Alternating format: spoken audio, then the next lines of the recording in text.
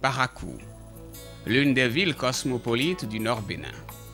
Et c'est cette ville qu'a choisi la Fédération nationale de théâtre du Bénin pour abriter du 21 juin au 11 juillet 2008 un chantier national de création de spectacles. C'est au Centre culturel français de cette ville que toutes les activités du dit chantier ont été domiciliées. Pour les initiateurs, il s'agit de fouetter et de dynamiser le secteur du théâtre et la création théâtrale au Bénin. Notre équipe de reportage, venue pour l'occasion participer à la tournée de spectacles de restitution du dit chantier, a rejoint illico presto les comédiens dans leur résidence à l'auberge de la Croix-Rouge. Émerveillés, certains nous parlent de l'ambiance de travail des 3 semaines consacrées au chantier. Oh mes amis, la vie est belle quand on travaille avec les professionnels. Oh mes amis, mais la vie est belle quand on est en résidence avec les professionnels. Il faut dire que nous sommes à Parakou, on a fait le déplacement pour pouvoir bien nous concentrer et faire un bon boulot. Et donc nous sommes là en résidence de création et avec la FENAT depuis le 21 et jusqu'à ce jour. Déjà à 6 heures, on est sur pied. On commence le travail. On quitte ici la résidence pour le CCF. À 10 heures, déjà, c'est la pause petit déjeuner. Après ça, après 30 minutes de repos, on continue le travail. Et à 13 heures, on prend le déjeuner et on se repose. On vient à la résidence, là où nous sommes, puis chacun se repose. Et puis, on reprend à 17h et c'est parti pour 22h, 23h. Nous avons pris 9 jours pour faire le travail de lecture, pour décortiquer le texte, pour comprendre, tirer les idées essentielles, les idées secondaires, situer chaque personnage du spectacle. Avant d'assister à la première représentation grand public, notre équipe a voulu mieux s'imprégner du contexte dans lequel se situe le projet. Pascal Wanon, président de la Fédération nationale de théâtre du Bénin, nous en parle. Cet atelier fait suite à une activité que nous avons menée l'année dernière en novembre et qui consistait en une résidence d'écriture dramatique. Mais pourquoi une résidence d'écriture dramatique? C'est simplement que nous sommes partis d'un constat. La dramaturgie béninoise, l'écriture dramatique béninoise, le répertoire théâtral béninois s'appauvrit de jour en jour. Nous ne connaissons plus au Bénin les écrivains du genre de Jean Pliat et d'autres qui ont fait la renommée de notre pays par le passé. Du coup, les troupes béninoises, les troupes et compagnies de théâtre se voient obligées de se tourner vers des œuvres étrangères. Nous nous sommes dit, c'est pas possible que le pays qui abrite le plus grand événement théâtral de l'Afrique, le FITEB, se retrouve dans une telle situation. D'où l'initiative de cet atelier de résidence d'écriture dramatique qui a permis à une dizaine de jeunes dramaturges béninois qui s'essayent à l'écriture dramatique, non seulement de recevoir une sorte de renforcement des capacités en termes techniques de l'écriture dramatique, mais également de produire dans ce laps de temps une dizaine d'œuvres théâtrales. Et donc, nous nous sommes assignés pour mission à partir de là, de prendre les meilleures de ces œuvres, de créer des spectacles de grandeur nature à partir de ces œuvres-là. Cela nous permettra à terme d'éditer ces œuvres. Donc, à l'intérieur de ce chantier, pendant que le spectacle se crée, pendant que le spectacle est en train d'être mis en scène, 2 ateliers de formation ont été tenus également. Il s'agit d'un atelier de formation en régie et d'un atelier de formation en costume décor. Ces 2 ateliers ont permis justement aux jeunes stagiaires qui étaient là, qui sont venus essentiellement de Parakou, de créer la régie lumière du spectacle. Ce sont les stagiaires qui ont créé la lumière du spectacle. Et ce sont également les stagiaires qui ont créé les costumes de ce spectacle-là. Vous voyez? Donc, Voilà pourquoi nous l'appelons chantier de création de spectacles. Cet entretien nous a permis de nous faire une idée globale tant de ce qui est prévu que de ce qui est réalisé au cours de ce chantier. Ensuite, dans les coulisses, nous avons visité la troupe. Ici, le metteur en scène avec ses comédiens fignole les derniers réglages. Nous avons osé perturber leur quiétude en arrachant quelques propos au metteur en scène. Ce dernier nous a présenté sa conception de la mise en scène du texte de l'auteur Saadou Amadou. L'auteur a écrit sa pièce pour 3 personnages. Et les 3 personnages-là, c'est le père, la mère et la fille. Mais alors, dans les méandres du drame, il y a que, on parle de mort. Il y a le père, elle dit qu'il y a le père de la dame qui est mort par sa faute. Et il y a sa maman qui est morte par sa faute. Il y a aussi sa fille qui est supposée être la fille d'une autre qui est morte par sa faute. Alors, je me dis, c'est beaucoup de morts sur la conscience. On ne peut pas monter cette pièce-là sans évoquer ces morts.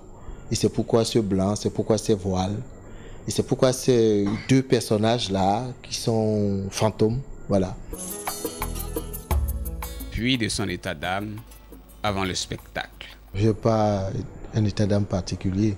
C'est ce qu'on vit souvent lorsque vous avez une femme qui est en grossesse, vous l'accompagnez à l'hôpital et vous attendez le résultat. Et c'est comme ça. J'attends qu'elle accouche et que le bébé pousse le cri de joie. Quelqu'un a dit, quand le bébé apparaît, la famille applaudit à grands cris. Et pour que le spectateur applaudisse à grands cris aussi.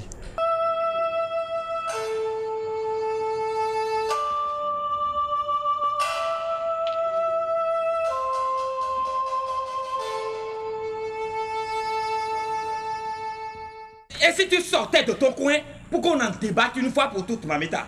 J'ai un rhume qui persiste à ce que je ne sorte pas. Tu le sais. Il fait soudainement beau temps, si tu veux voir.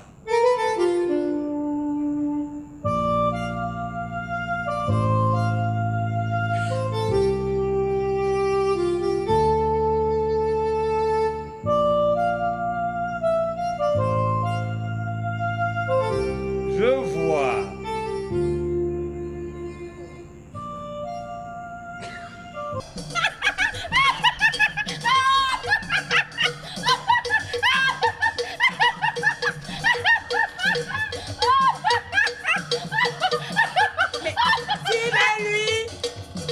Le distributeur public de riz n'a pas voulu m'en vendre. Tu devais le payer au comptant? Qu'as-tu fait de l'argent? Il n'a pas voulu me vendre le riz. Quand bien même je lui ai dit que j'allais le payer au comptant. Il ne sait pas que ta mère attend le riz pour prendre ton cachet? Je le lui ai dit. Et qu'a-t-il répondu? Qu'il s'en foutait pas mal, que le rhumatisme emporte maman. Es-tu certaine, ma fille, qu'il n'y a rien en dessous de cette histoire? C'est vrai qu'il n'arrêtait pas de me dévorer des yeux. Donc tu n'es pas indifférente à ce distributeur de riz? T'as-t-il fait des avances? Lui as-tu répondu insolemment? Je t'ai pourtant bien appris à répondre aux hommes, quand bien même il ne te paierait pas. Si ce distributeur de riz te désire, nous ne te demandons pas de lui répondre favorablement. Mais débrouille-toi avec lui, afin qu'il nous vende ce dont ta mère a besoin pour prendre ton cachet. Il ne m'a rien dit. Il m'a juste regardé. Tout le temps qu'il m'aperçoit passer par là, il ne fait que me contempler. Il ne m'a rien réclamé. Va vite le voir et demande-lui ce qu'il te veut. Il ne veut pas nous vendre le riz, c'est tout. Il y a bien quelque chose, hein, en dessous de ce refus de nous vendre le riz public. Et tu dois connaître la raison, Pachanga. Et si tu allais voir ce distributeur de riz avec elle, je suis sûr que tu en sauras plus sur cette affaire. Il fait très chaud. Et mon rhumatisme ne résiste pas à... Ah, d'accord. J'irai avec elle alors. Ah non, n'y va pas. Ah, on ne sait de quoi elle est, ce distributeur de riz public. Mais il pourrait t'agresser. Et avec ces jeunes gens, il faut s'attendre à tout. Non, Mamita. Il est tout aussi âgé que vous deux. Les spectateurs apprécient. C'est un spectacle, il faut être très attentif parce que ça raconte une histoire sensationnelle, une histoire qui a une suite logique. Il faut rester très présent pour comprendre jusqu'au bout. Et à la fin, on se dit bien, mais c'est des choses qui se passent dans la société qui est la nôtre. Alors c'est arrivé ici, c'est arrivé là-bas, c'est arrivé plus loin. Et je crois que celui qui a écrit la pièce a pris beaucoup de recul parce qu'il a laissé le suspense durer tout le temps, n'est-ce pas, pour relater des faits que nous vivons. Hein, c'est pas souhaitable que ça arrive tous les jours, mais malheureusement ça arrive quand même.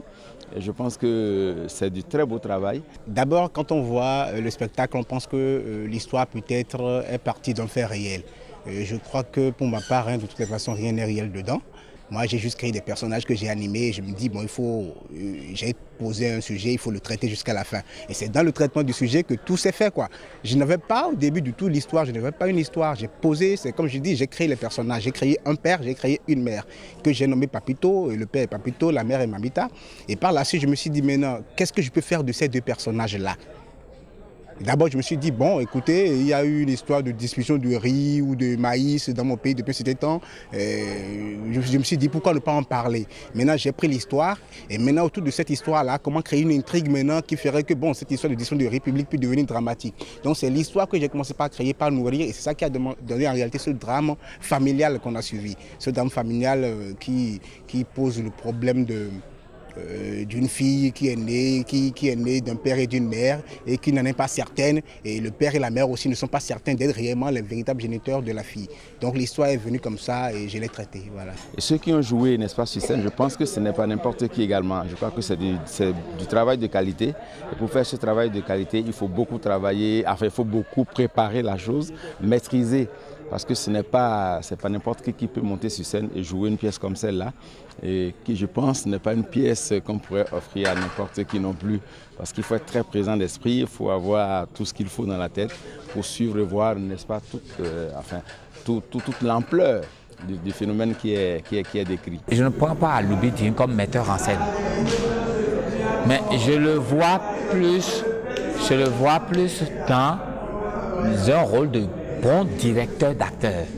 Il sait déjà, avec l'étude approfondie du texte, le personnage qu'il veut imprimer à chacun. Et du coup, quand moi, ça fait plusieurs fois que j'ai travaillé avec lui, je me dis, voilà comment il veut faire. Mais cette fois-ci, il m'a surpris. Il m'a encore dribblé. Il a fait sortir d'autres armes qui m'ont permis aujourd'hui de dire que j'ai encore appris un plus de ce monsieur-là.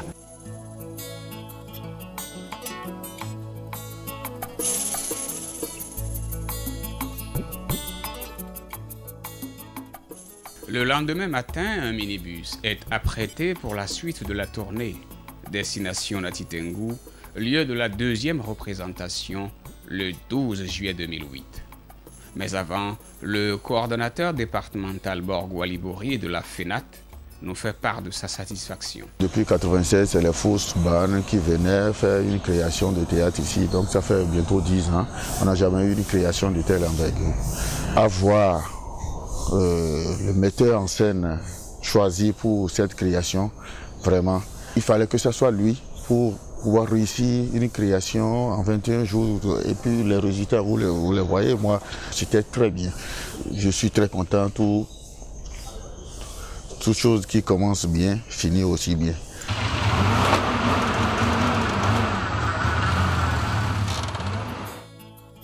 Bon voyage. Oui, le voyage a été pathétique à plus d'un titre.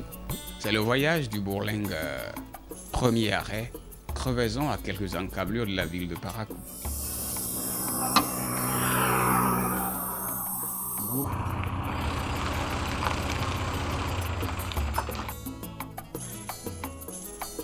Deuxième arrêt, crevaison dans un village après 60 km de route. Et là, un impératif. Le minibus ne peut plus faire route avec la troupe. Il faut transférer tous les bagages dans un autre taxi, la Peugeot 504 familiale. C'est ce dernier qui a convoyé la troupe jusqu'à Nati Tengu, destination finale. Notre équipe, une fois arrivée, a tendu le microphone aux voyageurs à la descente du véhicule à l'école normale intégrée de Nati Tengu. Le voyage a été long et fatigant. très fatigant. En plus, on a eu pas mal de problèmes en route. On était dans un bus au départ et à un moment donné, le pneu nous a lâchés. Et ça dit, c'était quand même... Moi, j'ai tellement eu peur que je ne voulais pas vivre la scène. J'étais obligée de fermer mes yeux parce qu'il y avait eu un bruit énorme derrière moi. Et puis, en même temps, une poussière, quoi. Et on ne savait plus si... Attends, qui était à côté de qui? On ne savait plus et chacun implorait tout de suite son Dieu. Et franchement, une fois pied à terre, j'ai touché ma poitrine et puis ça battait à 100 à l'heure. Le Seigneur était avec nous. Puisque, on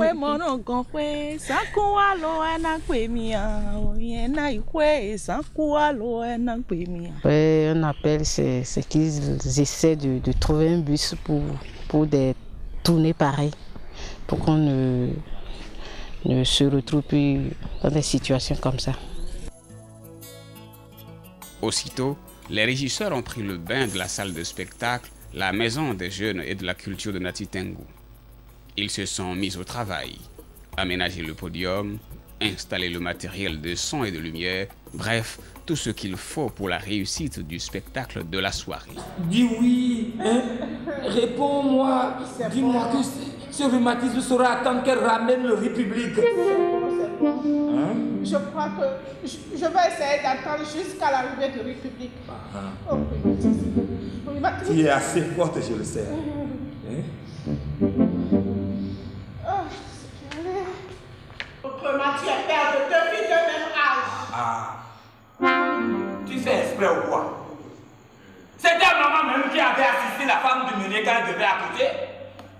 Elle a dû te dire que l'enfant de la femme du meunier avait disparu à la naissance. Malgré qu'elle m'ait juré ne jamais t'avouer que la grossesse était la mienne. Elle a accouché au même moment que moi. La femme que tu as appelée au meunier a procréé en même temps que moi. Seulement sa fille, elle a disparu. Non, c'est pas vrai, elle est morte. Elle est morte. Je crois que ton rhumatisme est en train de prendre le dessus sur ta raison. Il va falloir que tu prennes ton cachet. Mais voilà que tu as un peu dit. Maman n'a pas pu te faire ça. Non. Le rhumatisme, la fixation.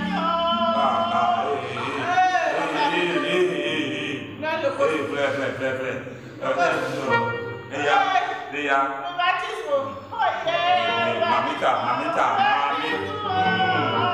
Mamita. Excuse-moi de t'avoir tourmenté. Voilà.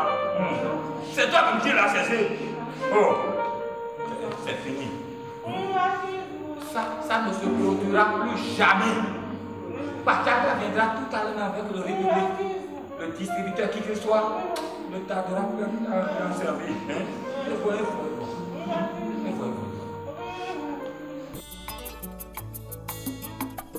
Le DD4 Atakora Donga apprécie.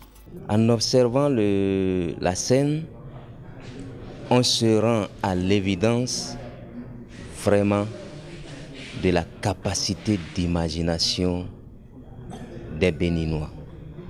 J'étais ému aussi parce que, en observant le spectacle, on constate que ça participe effectivement à l'éducation de nos enfants, à l'éducation de la population, à l'éducation des élèves. Parce que, en observant, ça fait appel vraiment à de l'imagination. Ça fait appel à la réflexion. Mais ensuite, il y a des leçons qui passent dans la scène, des leçons à la jeunesse, des leçons liées, disons, à la fidélité, liées, disons, à l'aptitude, sinon liées au fait que la perturbation psychologique peut créer des malaises physiques. Donc, de ce point de vue, ça contribue véritablement à l'éducation.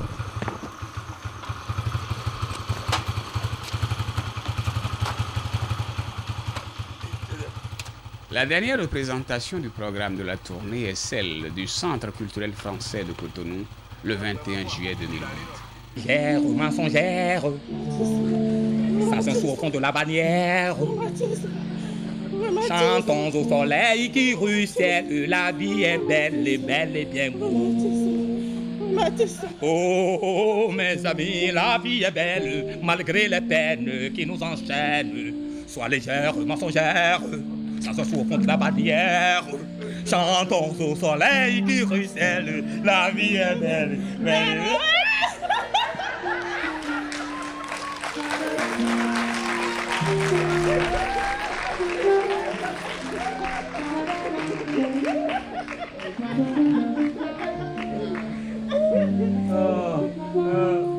que voilà de bon cœur. C'est signe que tout va bien. Je pensais à tous les coups qu'on a pu se jouer. Hein? Nos cadres sont courts, comme le dirait l'autre. Et moi avec la femme du meunier, et toi avec notre ancien collègue aujourd'hui distributeur de riz public.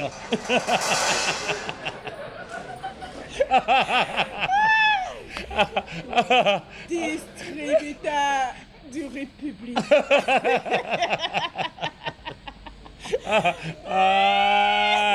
On s'est vraiment amusé. La vie est belle.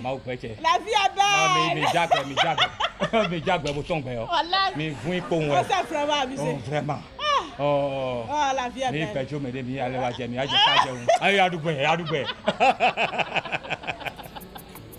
Les spectateurs se prononcent. Celui qui a écrit le texte, Amadou écrit très très bien. Donc d'abord ça, c'est déjà un acquis. Les spectacles, les acteurs ont bien joué. C'est vraiment fantastique. Les gens nous ont projeté un vrai phénomène de société. La famille avec ses joies, la famille avec ses peines, la famille avec ses drames, la famille tout simplement telle que nous la vivons. En toute honnêteté, j'étais venu juste pour rester 15 minutes. 15 minutes et puis partir parce que j'avais d'autres obligations. Je suis resté d'un bout à l'autre du spectacle, quand même environ 1 heure de temps. C'est tout simplement la reconnaissance et la consécration de cette pièce-là. Et bref, avec des acteurs qui étaient très bons, avec une pièce en fait à travers laquelle tout le monde peut se mirer, avec un podium tout à fait comme il faut. C'est dire que tout le monde était, comment on dit maintenant, tout le monde était scotché. Pour arriver à accomplir cette activité, à réussir ce chantier, il a fallu du soutien. Beaucoup de moyens pour héberger les comédiens, les restaurer et les transporter pendant toute la période du projet. Nous tirons un très grand coup de chapeau au ministère de la Culture, de l'Artisanat et du Tourisme et à la direction du Fonds d'aide à la culture. Il y a également le Centre culturel français qui nous a accompagnés en mettant à notre disposition, à la disposition du chantier, toute la logistique nécessaire. Et vous voyez, les lieux de spectacle, ainsi de suite, tant à Parakou qu'à Cotonou. Initialement, le budget tournait autour de 32 millions. Voyez-vous, on l'a ramené à 26 millions. Mais finalement, les structures financières auxquelles j'ai fait allusion tantôt ont alloué 10 millions. La fédération elle-même s'est débrouillée avec ses propres moyens pour compléter un peu. Donc nous n'avons pas pu mobiliser les 20 et quelques millions, mais actuellement nous sommes autour de 15-16 millions. Le budget a été respecté. C'est vrai qu'il y a eu beaucoup d'imprévus qu'on a su gérer. Et tout au long du chantier, et à Parakou, à Natidou comme à Cotonou, beaucoup vont me trouver d'un peu dur. Et il me fallait ça pour ne pas m'embrouiller et surtout pour respecter le budget. Et tous les comédiens et tous les prestataires ont été payés à ce jour. Je pense que déjà ce soir, je peux même déposer un bilan par rapport à ce qui a été fait. Un dernier propos, je crois, c'est de remercier la FENAT, de toujours continuer par faire ce qu'ils font. qu'une fédération, ce n'est pas pour rester dans les bureaux, c'est pour travailler. Et je crois que là, vraiment, ils sont en train de travailler. Et ce que j'aurais à souhaiter vraiment, c'est que ce spectacle n'en reste pas là, que ça puisse vraiment tourner, qu'ils cherchent assez de financement pour pouvoir le tourner, tout au moins dans certains départements du pays. S'il y a un appel à lancer aux organisateurs, je leur dirais de foncer, de foncer. Il y a un proverbe qui dit, c'est à l'arbre fruitier qu'on lance beaucoup de pierres. Si l'arbre n'est pas important, on ne lui lance pas des pierres. Si on vous lance des pierres, c'est peut-être pas jalousie, c'est peut-être pas haine, c'est aussi par amour. Et par conséquent, fonçons. Il n'a qu'à foncer. C'est petit ce qu'on vient de faire, très petit. C'est élémentaire, c'est encore zéro, nul. Mais ce qui va venir, que ça soit encore plus grand que ça.